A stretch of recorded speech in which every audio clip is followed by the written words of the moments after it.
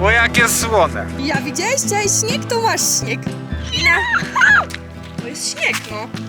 Strasznie ciekawy widok to jest. Śnieg, kaktusy, góry, pustynia i lamy. Warto wspomnieć, że to ogólnie jest region Hujuj. Niektórzy też mówią Huj Huj. Jeżeli was nic nie trzyma w Polsce, to tutaj jest naprawdę o wiele taniej. No to wam powiem, jesteśmy w dupie. Jesteśmy na środku pustyni. Nasz camper van stał się trochę bezużyteczny.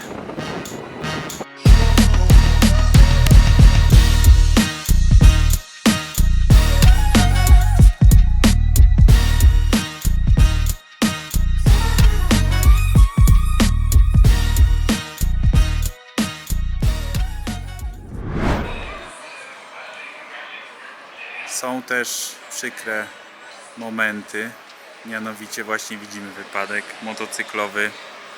Pani na skuterze, walnęła ją ciężarówka. Tego jak widzę, że jeżdżą tutaj po kilka osób bez kasku, no to twierdzę, że spoko, no jeździcie, nawet w 10. Ale załóżcie kask, kurczę, no bo po co bez? O, otworzyli park, idziemy do parku. Dzisiaj rano zaczepili nas sąsiedzi kempingowi i pytają, gdzie byliśmy w Argentynie, no i opowiadamy i tak dalej i mówią, to nie byliście na Patagonii, tam w tej Ushuai? Mówię, no nie, że za daleko, to musicie tam wziąć samolot i polecieć. No i kurde, straciliśmy dzisiaj 3 godziny, bo szukaliśmy lotu do Ushuai, żeby faktycznie tam być.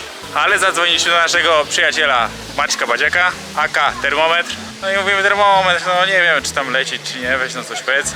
I on mówi, słuchajcie, musicie się uodpornić. Co chwilę wam ktoś będzie mówił, że gdzieś warto polecieć, pojechać, coś zobaczyć. A to tak nie do końca jest, bo nie jesteście w stanie zobaczyć wszystkiego. Ja mówię, właśnie Maciek, my jedziemy kosztować całego świata, a nie zobaczyć cały świat. To jest różnica. I tym sposobem trzymamy się planu i jedziemy na północ. W Salcie jesteśmy po raz 3 i w końcu otworzyli ten park, który był cały czas zamknięty. Piękny on jest, faktycznie miło się aż tutaj przejść. Standardowo przyszliśmy w Salcie na najlepsze hot dogi na świecie. Ja wziąłem 2, będę gruby.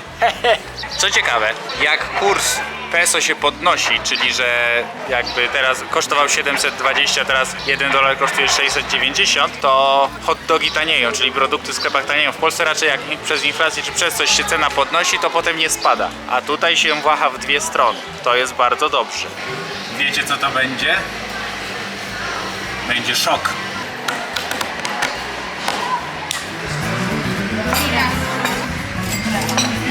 Oh my god. Wow. Będę go zjadł. Pan.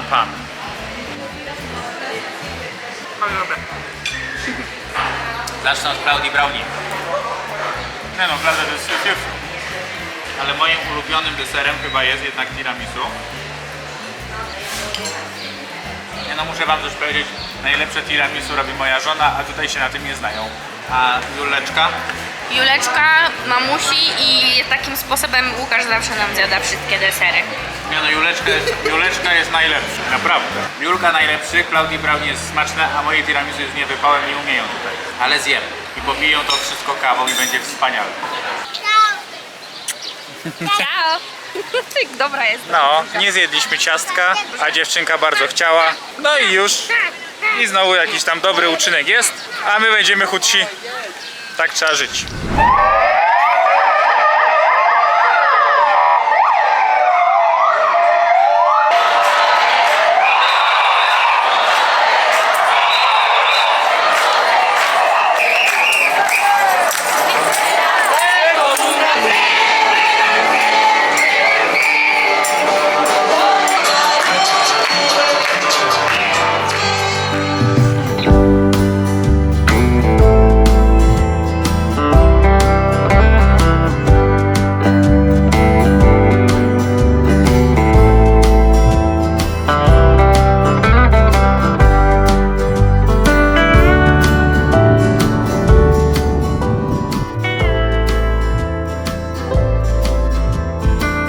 Jechaliśmy do jakiejś miejscowości na P, która jest w górach i tutaj są takie kolorowe góry, troszeczkę jak w Peru podobno. Dlatego no tutaj już zatrzymaliśmy się. Znaleźliśmy jakiegoś pick-upa z budą kamperową Cała buda kamperowa jest w panterkę i Klaudia mówi, wiesz co, jak kiedyś we Wrocławiu kogoś śledziłam i to jest bardzo trudne, a ja mówię, to ja spróbuję ich śledzić, bo i tak nie możemy znaleźć kempingu. No i jechałem za nimi, nie wiem, się chyba wystraszyli, po czym zaczęli zawracać, no ja ich zaczepiłem, że ich śledzę, bo chciałbym też znaleźć kemping, a oni wyglądają jakby szukali i dzięki nim znaleźliśmy ten kemping. Jest bardzo fajnie, a co jest najpiękniejsze, to nie wiem, czy kamera to zobrazuje, ale ja chyba jeszcze nigdy w życiu nie widziałem tak pięknie gwiazd i drogi mlecznej jak tutaj. Co wam chcę jeszcze powiedzieć, to że chyba jakoś tak ewoluuję w tej podróży, gdyż zaczyna mi sprawiać przyjemność bycie w malutkich miasteczkach, gdzieś w górach albo w naturze, albo gdzieś w dziczy, a mniej mi sprawia przyjemności, wręcz mnie zaczyna irytować bycie w dużych miastach i na kempingach w dużych miastach, dlatego no gdzieś tam ewolucja jest tej mojej osobowości, jest to nawet ciekawe.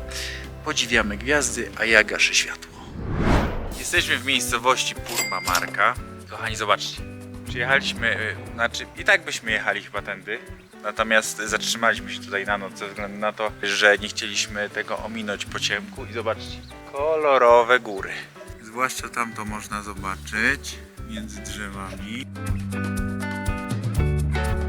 A tutaj są fajne te formacje skalne pionowe. Też fajnie to wygląda, mi się podobają te pionowe. No i generalnie ja ostatnio jestem zauroczony tymi widokami i tą naturą. Jeszcze wczoraj te gwiazdy, słuchajcie, ja siedziałem chyba z godzinę, zmarzłem i oglądałem sobie gwiazdy. Dzisiaj rano się budzę, patrzę, a tutaj takie piękne, kolorowe góry. No, ja jestem zachwycony. Jest jeden ból. Nikt mnie tu nie zna i ja mam to w nosie, jak ja chodzę ubrany i ja chodzę na przykład, zachlapało mi klapki, zobaczcie. I ja chodzę w skarpetach i w klapkach jeszcze pochlapanych błotem. No muszę się jakoś ogarnąć i zacząć chodzić tak jak w Polsce bym tak nie wyszedł.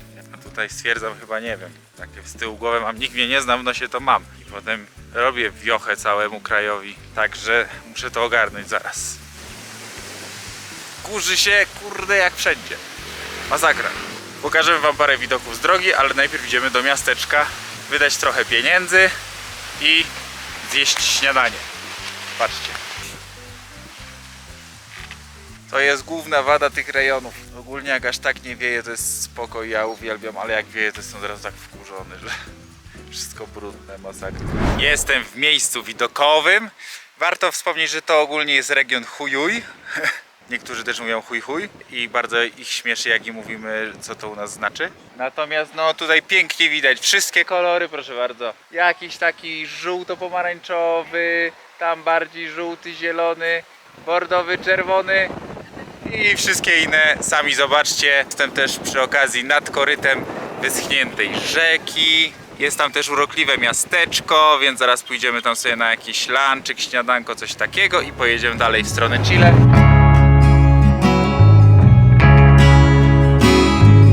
Jeszcze chciałbym, żebyście zobaczyli, jak to jest wszystko położone.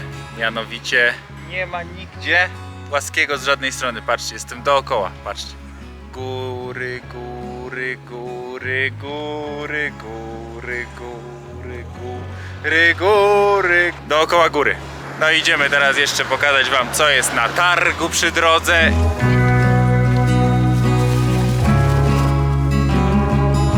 Także wszędzie sprzedają to samo, tylko tu będzie bardziej zakurzone.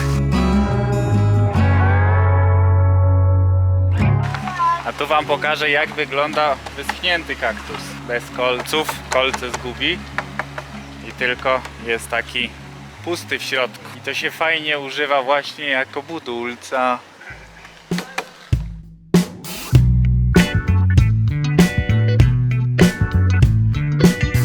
Tak samo kolorowe jak w tych górach. Fajne rzeczy. Gliniane naczynia tutaj też są. Jakieś talerze. Wszystko tu. Ola. Ze względu na to, że już wyjeżdżamy stąd, to chciałbym wam powiedzieć, że Argentynę wam bardzo gorąco polecam. Mimo że jest specyficzna i Brazylia jest może troszkę taka bardziej przyjazna, to Argentyna ma coś w sobie, coś takiego niesłychanego, co mimo wszystko mnie tu przyciąga. Raczej na pewno będę tu robił po powrocie, czy tam po zakończonej podróży jakieś tutaj interesy. Może nawet w trakcie podróży coś będę kombinował. Ponadto, jeżeli na przykład macie problem ze swoją emeryturą, bo wam nie wystarcza w Polsce, weźcie pod uwagę, czy nie przylecieć tutaj i na spokojnie sobie tutaj nie żyć, dlatego że jeżeli was nic nie trzyma w Polsce, to tutaj jest naprawdę o wiele taniej. Przynajmniej jest wszędzie połowa ceny za wszystko, nawet paliwo. No i ostatnia kwestia jest taka, no na wczasy tutaj też jest spoko, dlatego że i są góry, i jest ocean, i jest naprawdę moim zdaniem bardzo, bardzo fajnie. Ja uhonoruję zaraz to wszystko wlepką przy piątaka, ze względu na to, że mam mało wlepek piątakowych, bo myślałem, że wrócę we wrześniu, a mam dużo FC Piątak, to uhonoruję to wlepką FC Piątak. FC Piątak Wrocław. Argentyna w pełni na to zasługuje, jest fantastyczna. A my jedziemy w stronę Chile i zobaczymy, czy będzie równie fajnie, dlatego że Argentyńczycy Chilijczyków nie lubią i hejtują Chile, więc jestem ciekawy, jakie będą realia. Zobaczymy. A wszyscy hejtują Boliwię za to, że jest złe paliwo, że jest trudna droga, że jest wszystko do dupy. Szybko zwiedzać i spierdzielać nam każą. Więc czekam, jestem bardzo, bardzo ciekawy. Może wam polecę coś innego niż Argentynę. Ciao! Heja! Co tam u was? Jak jest, to się nie przyda. Mam empanadas. Pomagają. Wchodzimy na view, żeby zobaczyć z innego miejsca. Ciekawe, czy będzie ładnie, zaraz wam pokażemy. I trzeba było zapłacić 100 peso za osobę, więc to nie jest dużo.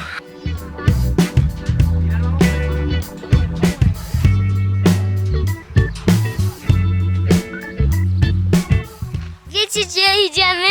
Na przybij piątaka to zrobimy. I pójdziemy do jakiejś jaskini, tylko są takie drzwi, a tam są jakieś takie litery. O tam, zobaczcie. Widzicie te drzwi? I tam jest taka dziura. Bekowi, co? Swoją drogą widok przepiękny.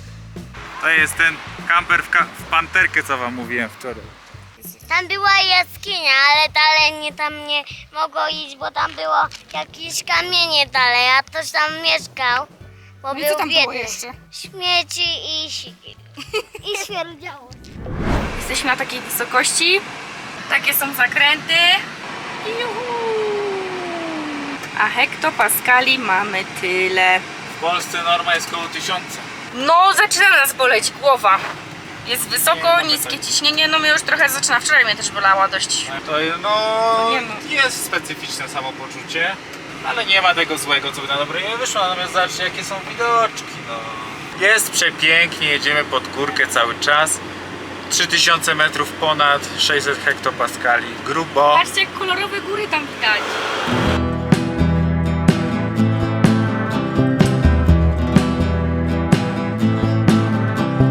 Kochani, aktualizacja 3700 metrów, czyli już bliżej 4 niż 3. 634 hektopaskale spadło i to jeszcze sporo. Jeszcze się wspinałem pod górę, będziemy uaktualniać i jest już prawie że słabo. Ale najbardziej słabo to jest naszemu Fordowi. Nasz Ford wjechał na prawie 4000 metrów i jedzie już tylko na dwójce. Nie no, żartuję, teraz jest trójka i jakoś jedzie. Chyba musi być na nas wkurzony. Nie no, nie jest tak źle. Jest bardzo źle. Wytrzyma. Jedziemy na dwójce albo na trójce i mamy spalanie między 26 a 50 litrów. Aktualizację wam przekaże Klaudia, dlatego że już chyba będziemy powoli zjeżdżać w dół. 4170 metrów i lama w tle. Idealnie. Ja pierdykam. Nie wierzę. O, wstałam, podniosła głowę Julek, zobacz. O, jacie. Jesteśmy w chuju i 4170 metrów. Lama w tle i nasz kamper tu wjechał. 617 hektopaskali, bardzo niskie ciśnienie. Hejterze, który pisałeś, że nie dojedziemy nawet do Paryża, dojechaliśmy w Andy na 4170 metrów tym rzęchem. A?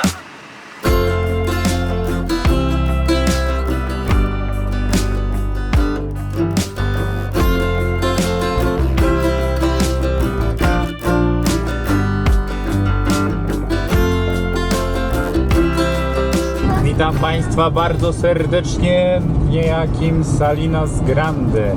A mianowicie jest to takie z daleka już widoczne z gór, z wysoka, suche jezioro, które właśnie otwieram okno i Wam pokazuję.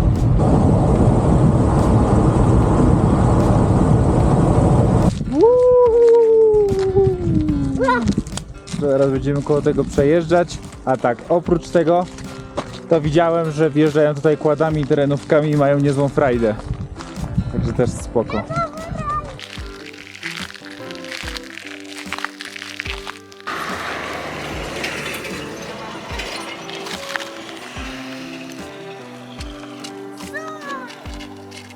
O, jakie słone! Ale grubo. No piękne miejsce. Dobra, lecimy dalej! Jest coraz ciekawiej, słuchajcie, coraz ciekawiej, dlatego lecimy. Ja się jaram.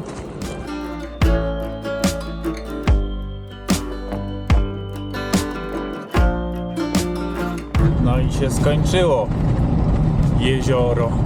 Bekowe jest to, że na Google to jest jako woda. No nic, ciśniemy dalej na tą pustynię Atakama. No powiem Wam szczerze, że robi się faktycznie coraz ciekawiej. Podróż naprawdę nabiera tempa, jeżeli chodzi o widoki i rzeczy, które można zobaczyć. Wow! Jedziemy. Ja widziałeś? Chciałeś śnieg, to masz śnieg. Ina. To jest śnieg, no. Woda jak nic stoi. To śmiech! Ja mam... 22 stopnie Celsjusza. Śnieg. Normalnie. Co jest aż dla mnie nieprawdopodobne. A tu są już kaktusy. To są takie kaktusy owłosione, że tak powiem. Patrzcie. Widzicie? Takie włochate są. Charakterystyczne dla tego miejsca. Strasznie ciekawy widok to jest. Śnieg, kaktusy, góry, pustynia i lamy. Także szok i niedowierzanie trochę. Że też dzięki podróżowaniu można zobaczyć tak niesamowite rzeczy, to jest naprawdę coś pięknego. Jedziemy dalej. No i najbardziej charakterystyczne chyba tutaj to żyjące dziko lamy w dużych ilościach. Proszę.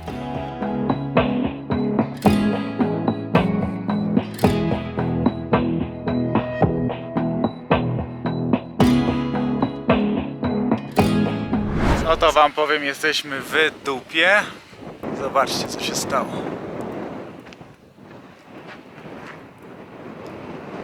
Jesteśmy na środku pustyni i właśnie nam wyrwało solara. 2 solary nie były w stanie nam naładować akumulatorów, więc jednym nie zrobimy nic. Nie jesteśmy w stanie takiego dokupić, bo to musi być określona moc. Więc nasz camper van stał się trochę bezużyteczny. Fatalnie jest. Sceneria taka, turbo wieje. No i próbujemy to odmontować. Co Wam mogę powiedzieć, to róbcie kampery tylko w sprawdzonych firmach. Ten człowiek, który nam go robił, potem może opublikuje jego dane. Jest chory psychicznie, przykleił solary pomiędzy sobą na silikon jedynie. No, chory psychicznie facet, no, spowodowałby katastrofę. Na szczęście się skończyło jak się skończyło. Jedziemy z solarem, żeby go nie zostawiać tutaj w przyrodzie, to go zawieziemy na jakiś śmietnik. No i tyle, idziemy dalej.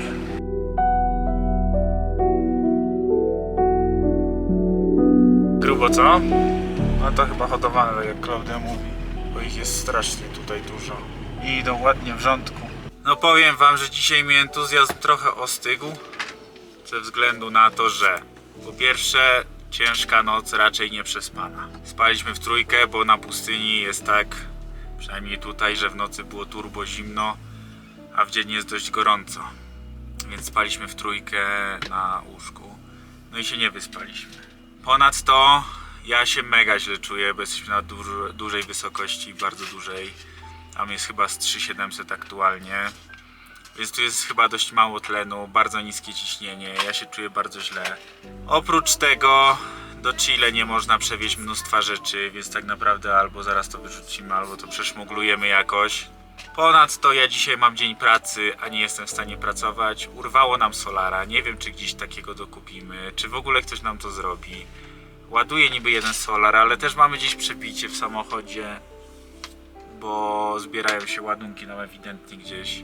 W nocy musieliśmy jeszcze zdjąć Starlinka, bo by nam się urwał, a co jest teraz najgorsze, że jak odpalałem samochód, to nie chciał w ogóle odpalić i wejść na obroty, więc nie wiem co się z nim dzieje. Kurzy się tu przeokrutnie, więc może to kwestia kurzu, nie wiem czego, no jest źle, jest źle. Jedziemy, zobaczymy, może się przepali, no. Albo nam stanie na środku pustyni i będziemy w totalnej dupie. Ja mam dzisiaj zjazd, mam dzisiaj zły dzień i raczej mam dzisiaj dzień, który nie należy. Entuzjazm mi spadł z wczorajszego dnia, gdzie był bardzo wysoki. Do dzisiejszego jest przepaść, ale trzeba jechać dalej i się nie poddawać, także lecimy na granicę.